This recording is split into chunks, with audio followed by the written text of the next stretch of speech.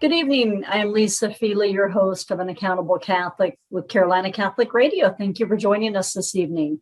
Well, as followers of Jesus, we are needing to hold ourselves accountable, and we should really commit to our brothers, our sisters, our loved ones that we are here to help, especially as Christians and Catholics. So thank you for joining tonight. We are going to have a wonderful guest, Mr. Denton Wilson. And tonight we're going to talk about a topic that I think is of interest to everyone.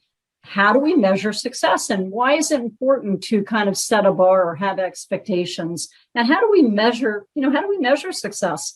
So Denton, you're a senior leader in our community, and I can't wait for you to share your story and your journey with all of our listeners. So as I introduce you, I am going to say that I am thrilled to have known you for several years now. And when I think of Denton, just to kind of give a little my own inside opinion, Denton is a man that someone really goes to when they're seeking out true, authentic conversations, real conversations. So when you really want to know the truth and you really want someone who has got your best interest in heart, I think. When I think of someone like that, Denton, I think of you. I think you're wonderful, a wonderful leader, and a senior, again, executive. We talked a little bit about moral leadership on the last show we did a few weeks ago with you. And today we're going to talk about measuring success. So before we get started, thank you for joining us. Thank you, Lisa, very much. And will you share your kind of your journey, introduce yourself a little and share your journey with our listeners? Yes, be proud to. Thank you so much for the opportunity. This one's a little more emotional for me on the topic of just basically measures and the measures of who we are as people. My measures really started very early in life. I was one of those that did not have the best of lives growing up, left home when I was 15. And I really needed to find those measures. Who am I? What's important to me? Was I going to take the measures of what I knew versus what I would like to have, and how do you define where the difference is? And to be frank with you, part of that is a very hard conversation that one must have when you only know what you know. Okay. Right. And so we've all heard that breaking the mold or breaking the chains. And I think a lot of that, Lisa, comes back to being very cognizant and very formal into believing in yourself, that we all need sometimes a second chance and we need an opportunity, but we better be proactive to defining who are we, what matters to us. So I'm just a blessed man. I love what I do for a living. I build really big, ginormous teams that are blessed to build facilities that really take care of other people. So the mission and the purpose has always been near and dear to my heart, and it's something I've done for over 30 years. And it's a passion. And I'll be frank with you, when you sort of work in a healthcare type environment, you live and breathe people and passion and giving to others, because those are some of the coolest people. And to a sense, that's kind of a measure, right? Yep. And it is because when I look at everything you've done and many of our other friends in this environment, if you don't measure success or you don't have any kind of measures, boy, it impacts hundreds of thousands of people, not just, it's Denton and his little team of 20, 30, 40. It's critical. So how do you go about, I guess, not only, and I know you'll share some really good life stories, which is why I love it, but separate, if you will, too, your career, your professional career, and how you're measuring success for you and your teams, as well as how do you do that in life to make sure that you are delivering, right? And for me as a Catholic and a Christian, we say, God gave us so many talents. We really need to use those for our purpose in life, right? I mean, he did not intend us to hog our only talents, keep them all to ourselves and not care about others, right? Yeah, so it's an interesting question, because we all have our different journeys, and that's what's so special about life. There's not a norm. We are establishing our own norm, and then it's changing. So it's really about the journey. And so I was blessed to go through the opportunities I had. So I had a moment to really figure out what those tools were and what the intention of my life was. And the best thing that ever happened is I didn't define it. It's not something that I knew. It's continually morphing and growing and being so purposeful. I never thought for a moment that I would be in a position to where I get to touch so many people in the way that I'm blessed to do it. And thank you for saying what you said, because when I talk about measuring my own success, it is being that man that has the humility in his heart, that people know that I will always be fair, kind, with grace. I will listen loudly. I won't put my arms around you because each and every one of you matter. I'll share one little story of life real quick to get the tone set of who I am as a man. Back in Texas, I moved here 3 years ago, spent the last 30 years in Texas, once again, building really big teams. And I was blessed and honored to walk the journey with 3 terminally ill cancer people that I worked with as professional friends. And so when somebody asks you to walk that life with them, you get to see the true measures of life from a different perspective than you could ever imagine. It's not what I want to be or where I want to go. I just want one more day. And all of a sudden, the measures of success tremendously change. But I was honored to do that. They made incredible impacts to my life. I hope I impacted their lives. Yeah. If you, the things that are out there with social media and everything today, it's just a way of life. But if you go out and look at Denton Wilson on LinkedIn, you'll see me holding a little bitty bat, right? And there's one of the gentlemen that was dying of cancer that every time he would have a really bad day, he would call me and says, Denton, I need you. And I would drop everything. You can see in that picture, I've got suit and tie on, I've got badge on, and I'm holding a little bitty fish because he needed me at that moment, okay? And so when I came here, one of the things that I missed was that measure of success. When I moved out here, I measured all the normal things, career, family, retirement. But one of the measures of success was the depth of relationships I built professionally back in Texas that actually turned into very important people in my life. And I was worried that when I got here, would I still stay to be the same man? So you've met Missy, my bride of 35 years, who's the rock of my life, all 4'11" and 90 pounds of her, but she rules my world because she loves me and protects me. And every time I get to the point of saying, am I worried? And I look in the mirror and I'm asking myself, am I still that same man? I'll go ask Misty, am I still the man that was that guy? And blessingly, I am. And about, 6 months ago, I had a phone call on a Thursday morning from a man very high up, a senior leader in the Charlotte area, that says, Denton, I've watched you. I've watched your walk. I've watched how you engage with people. I found this out last week. Will you walk with me? So I'm still that same man. Okay. That's so fantastic. For each of us, our measures of success really are not what you often think they are. Stop looking at the TV screen. Stop looking at your computer screen. Look in your own heart. Put on a piece of paper what drives your true north and who you are so you can define what success is to you. And we can talk a lot about that.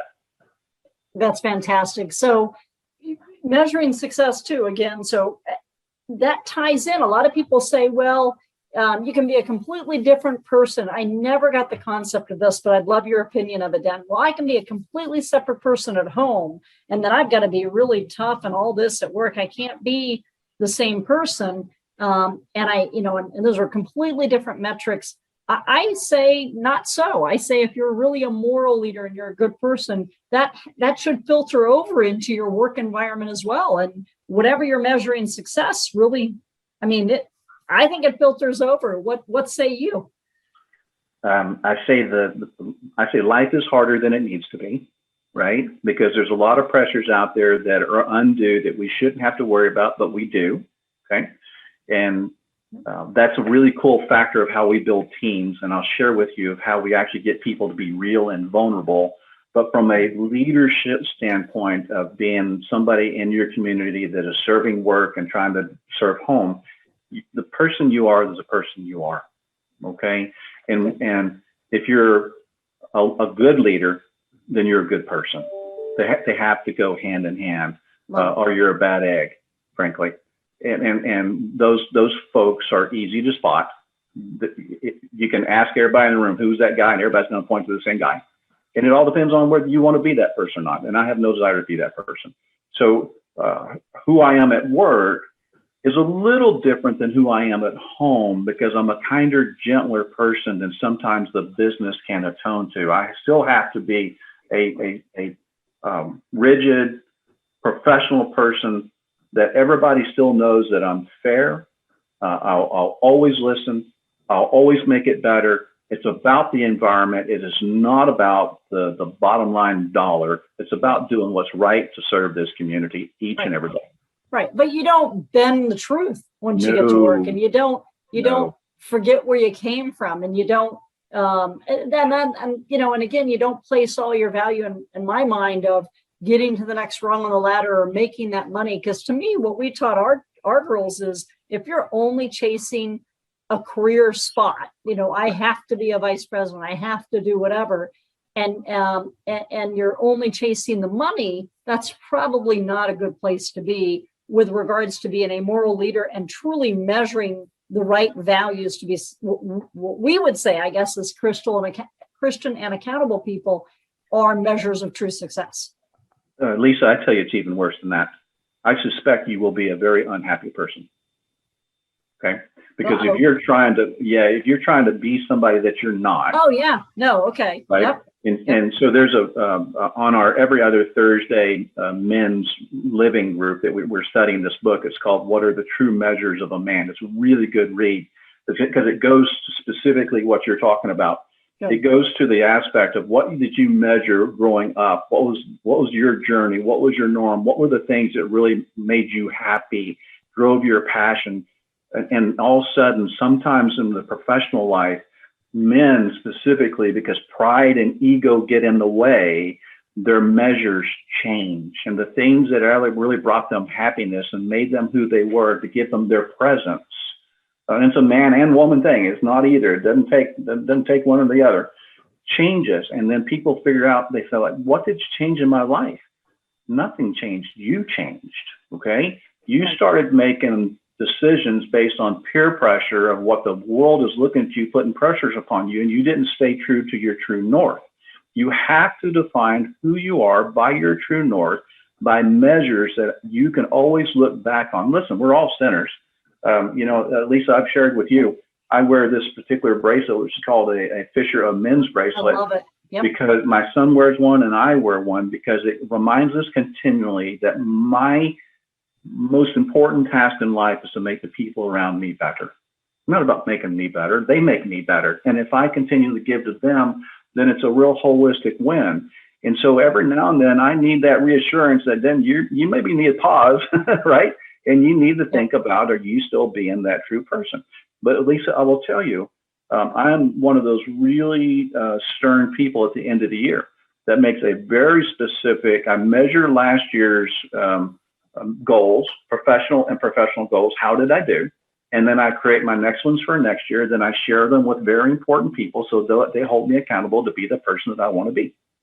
Yeah, I think that's fantastic. So a lot of people, especially in the business world, will say, well, that makes a lot of people feel badly to have metrics and to be, feel like you're going to be held accountable, right? Makes people nervous.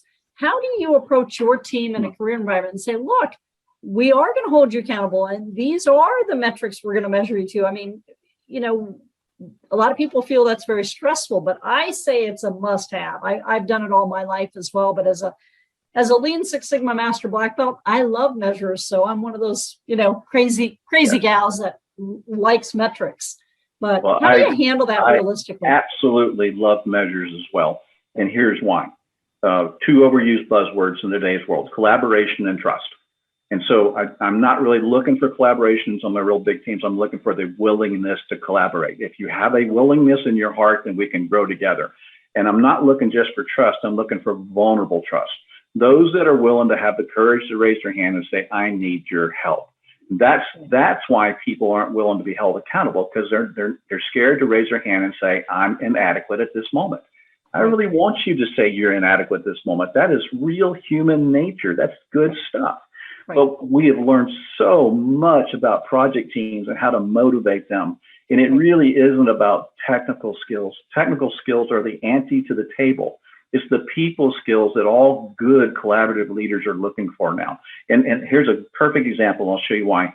We do a very structured delivery process of what we do at work.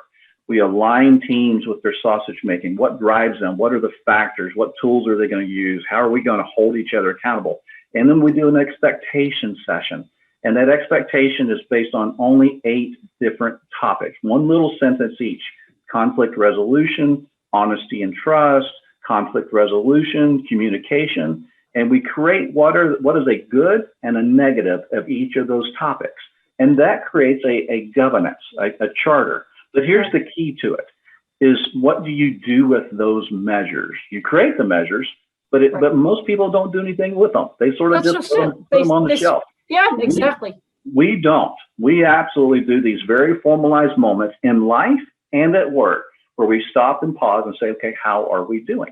But here's the key in today's business world and personal world because of social media. We start comparing ourselves against other people before we actually measure ourselves. Yes. And so when we stop and we put those measures on the wall, we don't allow people to talk because they won't anyhow. There's too much peer pressure in the room. So we put the outcomes of that, what I call a dot test, and all they're allowed to do is use yellow, green, and red dots on each of the topics without saying a word. And where people will not raise their hand, they will dot that wall up to death. And now we know what to talk about. And that's good, okay? Because now we know what to talk about today that will make Monday a better day. And if you use that in life, it's the same thing. My wife, I love her like the bottom of my heart. She's the best thing ever happened to my life. But she and I always don't agree on just the same stuff. We're made for 2 totally different people. Right. So if we'll sit down and put it on paper and really put a priority of what's important to us, all of a sudden we find common basis of the why, because we finally listen to each other about what's important to each other. Somebody sent me something last year that basically said, here's the real measure of your personal journey. Take out and make a list of the top 10 things that are important to your spouse and write what you've done to support him or her lately. I love it. We don't. I love it. Right? Yep. Well, we're going to take a quick break, which I hate to. It's a great conversation, but we'll come back in about 30 seconds after the break. Thank you so much. Stay with us. Carolina Catholic Radio is excited to announce an alliance with Lisa Feeley, author of An Accountable American. Her new book offers a blueprint to every person who wants to embrace how to be accountable. Learn how positively to impact your life and the lives of anyone around you. 50% of the book profits will be donated to a local 501c3 Catholic charity, including Carolina Catholic Radio and those affiliated with us. 2020 was a tough year for many people. Consider donating to charity by buying a copy of An Accountable American, just $20 on our website. Achieving accountability is a great way to start the new year. If you want to learn how to achieve enlightenment, peace, and prosperity, this is a great start. Now back to An Accountable Catholic Radio show. Welcome back to An Accountable Catholic with Denton Wilson. So thank you again, Denton, for joining us. We've been having a great conversation. I love what you say about measuring, and talking to people, right? Going to the people that you trust around you. I'm going to say circle of influence, your friends, your colleagues, your loved ones. I learned early on in my career, I was at Macy's and had about 18 people that reported to me. And I thought I was doing a great job as a manager. I got in there early every day and I was work. And, my team showed up about 8:30, 9 a.m.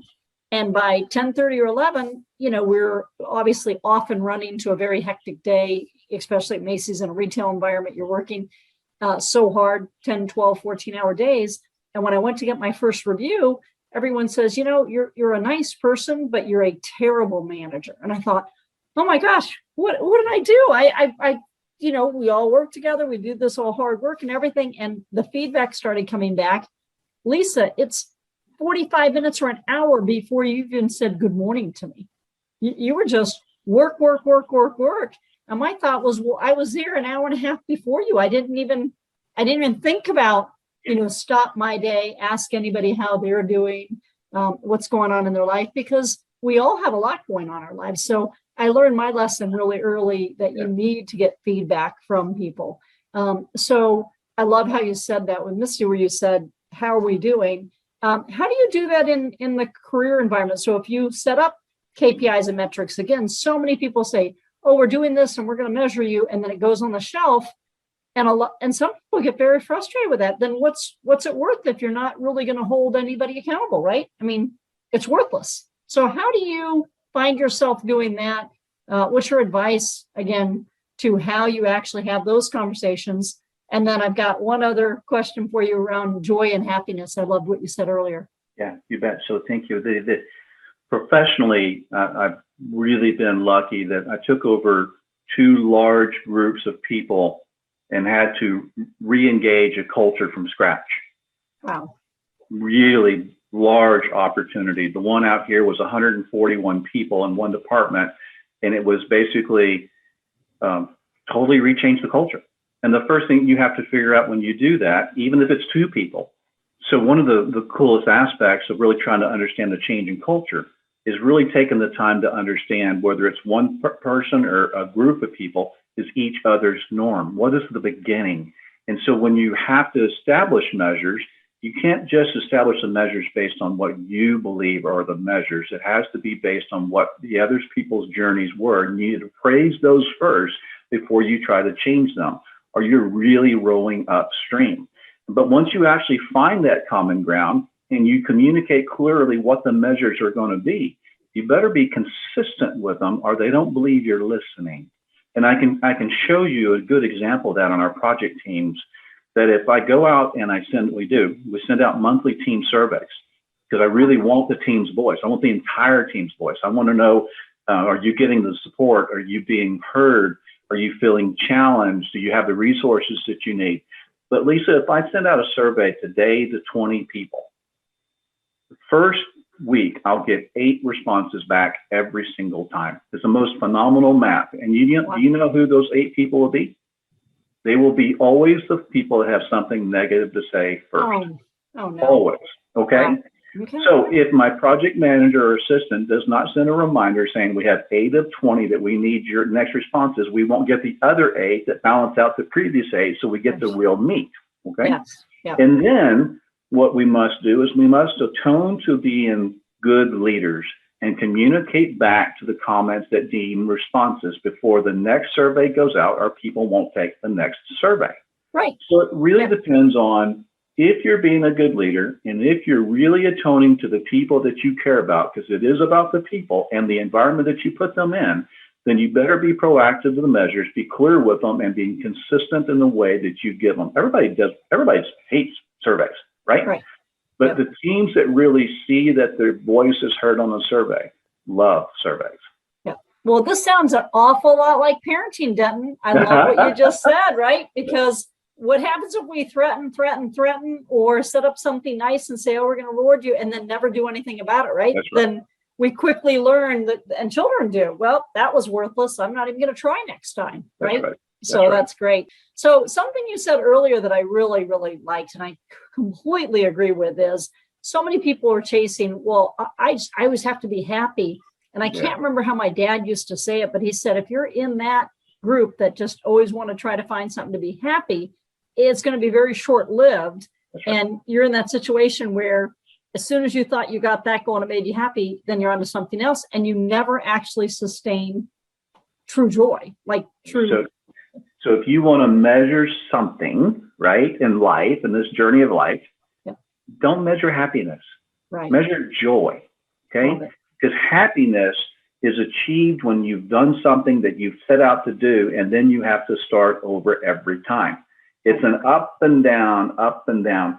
Joy is a continual in your heart. It's happiness is fleeting, joy is a continuing, and it's always growing. And so when you have joy in your heart, you have grace in your heart, you have empathy in your heart, you have humility in your heart, and you tend to find that you are more at peace. And isn't that kind of what we're all searching for? If we're measuring things, to what end, to what purpose? It's not just measuring because we want somebody to make a lot of money. We want to measure because we want to achieve things. You know, there's 3 ways to motivate people. And that's one with autonomy, which is self-purpose, right? Our own self-drive. There's mastery, which is the ability for me to shine above others. So we actually take a lot of pride that we're growing. But there's the most important one, which is to be part of something that you can't achieve by yourself. It takes a larger aspect of a group to achieve it. And that's what makes people happy. Right. So joy is what we're searching for. No, I think you said great in a great way. I think so many people want these groups, right? They want community. I think we were made, God said we are many and one, right? We're all together as a body. And I think that that's so true. So, in our prior show, we talked about moral leadership. In this show, we're talking about measuring success. So the bottom line, what I hear you saying, which I think is so true, and correct me if I'm wrong, but in order to really, I guess, achieve what is really success, you really should know what you value, count on your loved ones, count on your friends, count on a circle of influence to give you feedback, and really measure those metrics. You can't just come up on your own. You've got to have metrics that other people that are important to your life, whether it's your personal life or your work life, who's got to be involved. It can't just be, I'm creating all my own metrics and I'm checking all the boxes and, hey, look at me, I'm great. That does not equal success in life, in my mind. Yeah, in our men's group, we look at faith, family, friends, happiness, and work, and we rank those. So I'm going to make you say it one more time, a little slower. Okay, so faith, friends, family, health, and work. Love okay, it. Professional. And what we do is we individually rank ourselves where we feel those are in balance. And there's no right. I mean, there is kind of a right ranking. Yeah. Health should be higher than it really is often, right? Yeah. And so we measure ourselves and we communicate where we are as a men's group. But more importantly, we are all each responsible for taking those back to our spouses and have them rank them. And then we bring that back so we can show each other whether we really know who we are and where we are in that moment. Because a lot of times we just get out of balance. And that's not a bad thing. It's okay. We're people. We're humans. Right. But you have to have ability in anything that you do to define what success means. And if you're struggling in life, or if you're not really sure, then you don't have clarity, then take a moment with a piece of paper and formally write down, what does success in my life mean to me at this moment? And drive that towards measurable goals. I use the term WIGs. WIGs are wildly important goals. And in life, you can only have two of those. Having more than two, you won't be good at any of them. You'll get so washed out. But you can have two WIGs and as many supporting subset goals to those WIGs, but they can support those two. Now, can my WIGs change over in life? Yes. Yeah. Yes. You get good at those two WIGs, and you might add another WIG. And one of those WIGs might be that I really want to take better care of myself mentally and spiritually this year. Well, okay, now tell me what that means. Good. Don't just say that I want to do that. You better have some meat on the bone. Right. Nope, I agree. And last but not least, I'll end by saying I hope that people like shows like this and learn from it, because the statistics I recently saw, which just shocked me, Denton, was that over 85% of our young population are in constant need or is seeking mental assistance, mental health assistance, and talking to others. And I think that's a good thing overall to seek others' input, especially professionals. However, I kind of think 85% is a very high number. So to me, it's a little out of balance, because I think there's so much in the mainstream media and so much out there in news that a lot of young people don't know how to sit back, like you said, think about what you want out of life and, find what you value and then go to others and have those real authentic conversations. I think the more Lisa, that people have it, we would be better off. I think the measure of reality for me is what's off. I saw an image the other day that I so liked because it was simple. It was a mirror, an oval mirror, and it had a beautiful red apple sitting there and seeing its reflection of how beautiful it was. But what you couldn't see in the mirror was the backside of the apple that had been totally eaten off. Oh. And so it was the definition of social media. They're seeing all the good stuff on the apple, but they're not seeing all the other scars. Wow. And so that's the real measure today, is how do folks measure themselves about what's important? Measure about yourself. Don't measure about other people that you don't know if that's real or not. Right. And don't get stressed out. I would say don't get stressed out over something you're reading unless you can take it back to those that love you most, right? And that you count on most in your world to tell you how you're doing, right? Because to me, God, your husband or wife, your loved ones, your friends, your daughters, your sons, they count a lot more than what I'm reading on social media. But you have to be receptive to listen to what they have to say. Absolutely. Agree. Very good. Well, that's a great way to end our show. Thank you so much again, Denton. So we talked about measuring success, and again, all of our shows are always reposted in a video and on podcast. So thank you so much. If you want to revisit old shows and everything, you can come visit us at Carolina Catholic Radio at all times, but for an Accountable Catholic, 5 p.m. Thursday nights. Thanks again, Denton, for joining us tonight. Peace. God bless. Take care.